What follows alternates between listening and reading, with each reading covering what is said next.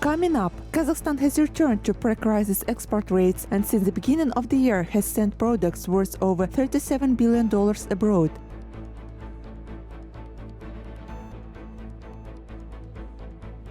Kazakhstan aims to attract $650 billion of investments in low-carbon technologies. Stay tuned for all the details. The Kazakh Bayan player won the world champion title at the 74th Coupe Mondial competition in Germany.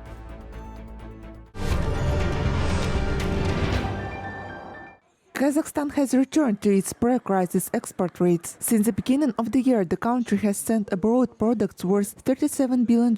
The share of exports in foreign trade turnover thus reached 60%. According to the Center for Trade Policy Development, raw materials account for 68% of the total volume and derivative products for 32%. Experts say that high export rates are due to the sale of oil to foreign markets. In the first 8 months of the year, Kazakhstan sold $19 billion worth of oil. European countries, China and the EAEU are major buyers of domestic products. In particular, since the beginning of the year, $15 billion in goods have been delivered to the EU. Products worth $6.5 billion were sold to China.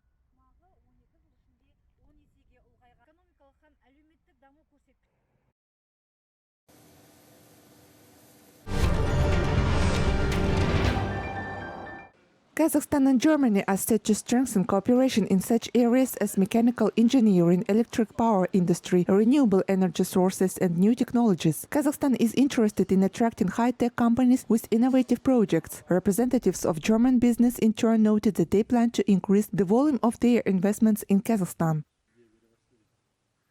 Наша цель заключается, чтобы процессы переговоров найти точки соприкосновения. Our goal is to find points of agreement during negotiations and transfer these technologies to Kazakhstan with Kazakh content and localization of production. Personal training, digital transformation, and automation of our enterprises are also of great importance. Participants of today's meetings have the opportunity to establish contacts. Имеют возможность наладить контакт. Für uns ist es das erste Projekt.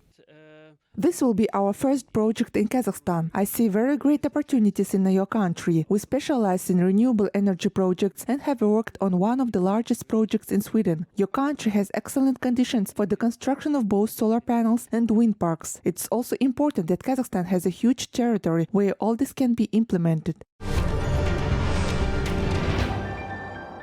Kazakhstan rose 6 places in the global ranking for achieving the Sustainable Development Goals. According to the ranking.kz portal, the country ranked 59th and outstripped such countries as Brazil, Malaysia, Turkey, Singapore, and Uzbekistan. The 2030 Agenda for Sustainable Development was approved by the UN General Assembly 6 years ago. 193 countries have committed to achieving 70 goals to improve the well-being of people, the economy, and the environment. These include measures to eradicate poverty, tackle inequality and protect the planet and ensure peace and prosperity for all. According to the 2021 Global Sustainable Development Report, Kazakhstan showed an improvement trend in 3 SDGs. The country has seen moderate improvement in 5 SDGs, and most importantly, there has been no deterioration of the situation in any indicator.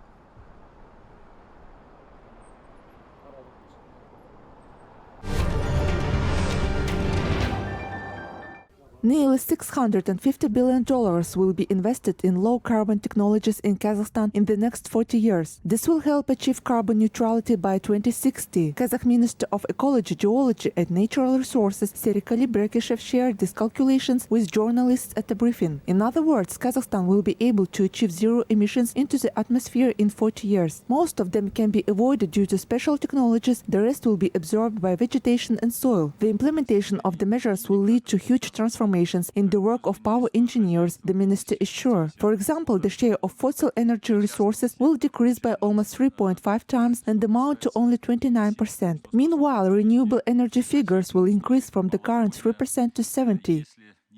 Сектора, требующие наибольший объем инвестиций за 40 лет, это производство электро- и теплоэнергии. The sectors that require the largest volume of investments in 40 years are the production of electric and thermal power, which is about $305 billion, transport costing $67 billion, mining and processing industry $65 billion, utilities $57 billion, and agriculture $49 billion. Along with this, investment in the coal, oil and gas sectors will decline due to lower demand for these resources resources in the long run. In particular, the government is already working on attracting investments in the renewable energy sector. В сектор возобновляемых источников энергии. The legal status of the Human Rights Ombudsman will be clearly defined at the legislative level. The Ombudsman will have more competencies to restore violated human and civil rights. Members of the Mazhilis approved the relevant document in the first reading today. This mechanism, which is offered for the first time, will significantly strengthen measures to restore rights and freedoms, Mazhilismen assure. In terms of content, the authorized person is entrusted with the function of studying and analyzing information about violations, summarizing the results of complaints consideration. This will give their activities consistency and preventive nature. From now on, the ombudsperson, their criminal and administrative responsibility will be assigned the status of immunity. Also, due to the new law, liability will be introduced for interfering or obstructing the ombudsperson's legal activities. Одобренный нами проект закона об уполномоченном по правам человека. The draft law on Human Rights Ombudsman approved by us was developed as part of the third package of political reforms, which was initiated by the head of state. It's worth noting that the powers of the Ombudsman to restore violated human rights have been significantly expanded. Thus, another important step was taken towards strengthening the institution of the Human Rights Ombudsman, who is a kind of link between the state and civil society. Является своеобразным связующим мостом и звеном между государством и гражданским обществом. Әлемнің 40-тан астам елінің өкілдері елордада мемлекеттік басқару саласында жаңа цифрлық мүмкіндіктерді дамыту мен енгізуді талқылау үшін бас қосты. Нұр-Сұлтанда мемлекеттік қызмет хабының дәстүрлі конференциясы басталды. Іс-шараға үкіметтік органдардың, халықаралық ұйымдардың өкілдері, сарапшылар, ғалымдар қатысуда. 3 күн ішінде қатысушылар цифрлық инновацияларды енгізу, адами ресурстарды басқарудағы ішкі коммуникациялардың рөлі туралы әңгімелеп, сондай-ақ саланы қазіргідей шындықта одан әрі трансформациялау үшін жаңа тәсілдер, шешімдер мен идеяларды талқылайды. Конференция барысында Астана мемлекеттік қызмет хабы жүзеге асырып жатқан бір қатар жаңа жобалардың, оның ішінде халықаралық жобалардың таныстырылымы өтетінін айта кеткен жөн. Один из них очень уникальный проект, который финансируется правительством Кореи. Ауқымды жобалардың бірі, ол Корея үкіметі қаржыландыратын Орталық Азия мен Кавказ елдері үшін цифрландыру саласындағы мемлекеттік қызметкерлердің әлеуетін арттыруға бағытталған өте бірегей жоба. Сондай-ақ Зерде холдингімен бірлескен тағы бір жоба мемлекеттік басқару саласында инновацияларды іздеуге арналған. Бұдан басқа біз бүгін мемлекеттік қызметте еңбекақы төлеу жүйелеріне бақылаудың алғашқы қорытындыларын таныстырудамыз. Сонымен қатар біз алғаш рет посткеңестік кеңістіктегі барлық 15 мемлекетті біріктіріп, осы елдердегі әкімшілік реформаларға шолу жасадық. Советских государств и осуществили обзор административных реформ в этих странах. Астана мемлекеттік қызмет хабы елордада 2013 жылдан бастап жұмыс істейді. Бүгінгі таңда ұйым 42 қатысушы ел мен 80 институционалдық серіктестерді қамтиды. Уже более 8 лет мы сотрудничаем, делимся опытом.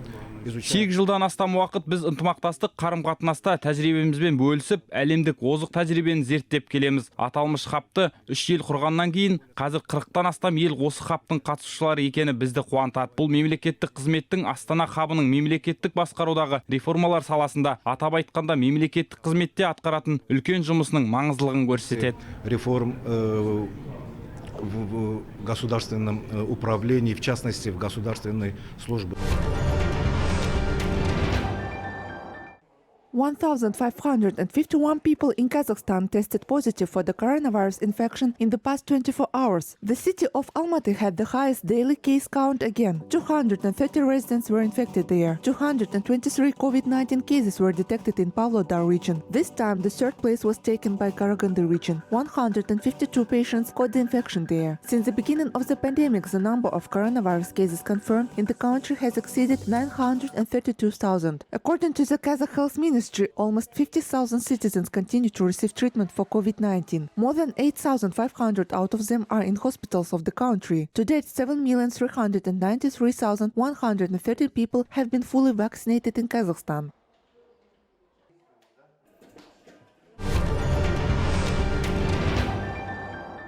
The works of Kazakh writers were presented at the 16th book exhibition in Ankara. The event featured a presentation of the poem Koroglı by Jambul Jabayev, the book Kazakh stories by the writer Nurgali Oras, and the works of the poet Baurjan Karagazulu. They were translated into Turkish.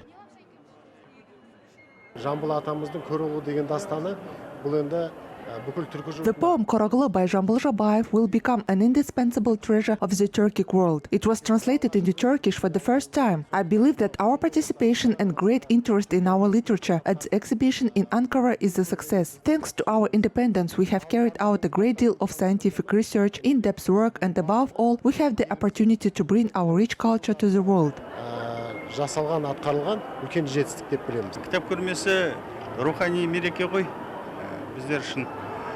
Ал енді түрік қаламгерлеріменен біз біраз жылдан The book exhibition is a spiritual holiday for us. We have been in close contact with Turkish writers for several years now. We translate their works for Kazakh readers, and conversely, they translate our works too. And on the occasion of the 30th anniversary of Kazakhstan's independence, my book Kazakh stories was published in Turkish. Қарай менің Қазғұрт оқиғалары деп аталатын кітабым түрік тілінде басылып шықты. The exhibition features about 100,000 books, about 350 writers, and 200 publishing houses. As the Turkish Parliament Speaker Mustafa Şentop noted, cultural events make a significant contribution to cooperation between the two countries. It is a great honor for us that writers of the brotherly Kazakh nation take part in the exhibition. Such events are important for any city and especially for Ankara. There are a lot of young people in the city who read a lot because it has 22 universities and over 300,000 students.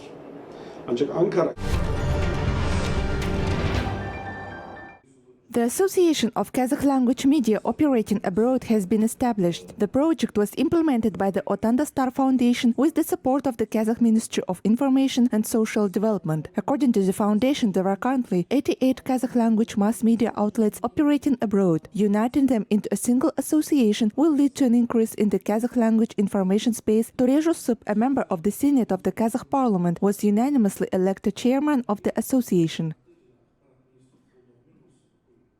Тілдік орта әрине көп жағдайда қазір Ресейдегі тіпті Монғолия таза сақтап отыр. Of course, the language is often influenced by the linguistic environment of our compatriots living in Russia, Mongolia, China, or somewhere in Uzbekistan or Turkey. The purpose of this association is to create an information space and to preserve the nature of the Kazakh language and its purity. This is first. Second, as the head of state said, it's time for the Kazakh language to become interethnic. After all, if the Kazakh language continues to flourish by expanding its scope of application, it will become increasingly popularized. Іргесін кеңейтіп, аясын кеңейтіп, қазақтың тілі салтанат құра берсе, барлығымызға да нұр.